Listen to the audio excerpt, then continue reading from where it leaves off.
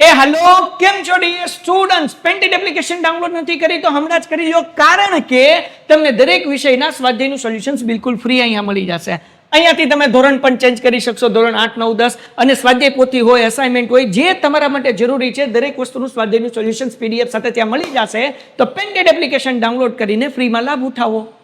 નમસ્કાર વિદ્યાર્થી મિત્રો, સ્વાગત છે તમારું તમારી પ્રિય યુટ્યુબ ચેનલ પેન્ટેડ સાથીમાં। મિત્રો, આજના આ વિડીયોમાં આપણે ધોરણ 9 ગુજરાતીના પ્રકરણ 7 કામ કરે ઈ જીતે ના સ્વાધ્યાયના પ્રશ્નો અને તેના ઉત્તર જોઈશું। નીચેના વિકલ્પોમાંથી સાચો વિકલ્પ પસંદ કરીને લખો। 1.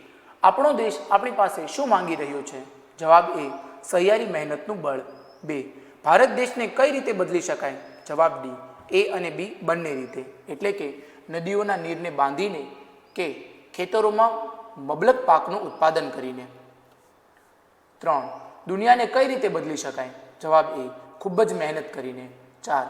કામ કરે એ જીતે કાવ્યમાં? જવાબ બી, પરિશ્રમનું મહત્વ પ્રગટ થાય છે। પ્રશ્ન 3. નીચેના પ્રશ્નોના 7-8 વાક્યમાં ઉત્તર લખો। 1. કામ કરે એ જીતે કાવ્યમાં વ્યક્ત થતું મહેનતનું મહત્વ તમારા શબ્દમાં લખો।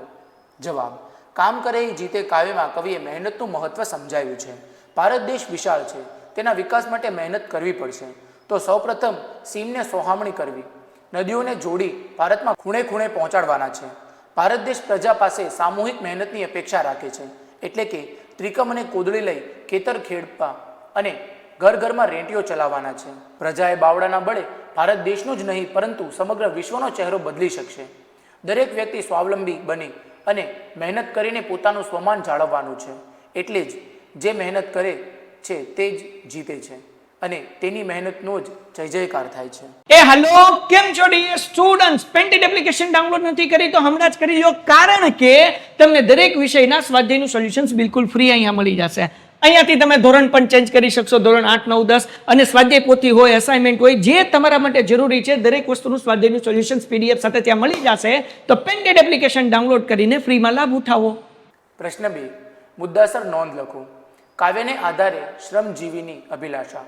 જવાબ, શ્રમજીવી આત્મનિર્ભર બનવા ઈચ્છે છે અને સ્વમાનથી જીવવું છે, પોતાના બાવડાના જોડે મહેનત કરીને ભારત દેશના વિકાસમાં પોતાનું પ્રદાન કરવું છે, તેની પાસે શારીરિક બળ છે।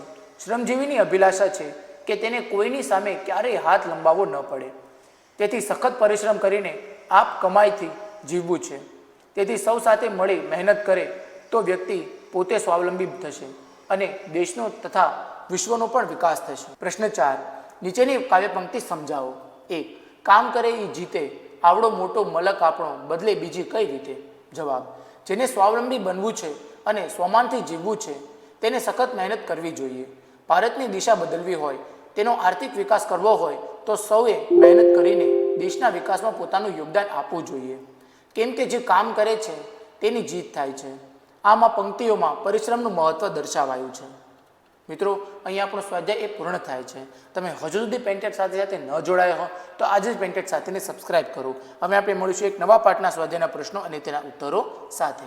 હેલો કેમ છો dear students painted application download નથી કરી તો હમણાં જ કરી લો કારણ કે તમને દરેક વિષયના સ્વાધ્યાયનું સોલ્યુશન્સ બિલકુલ ફ્રી અહીંયા મળી જશે।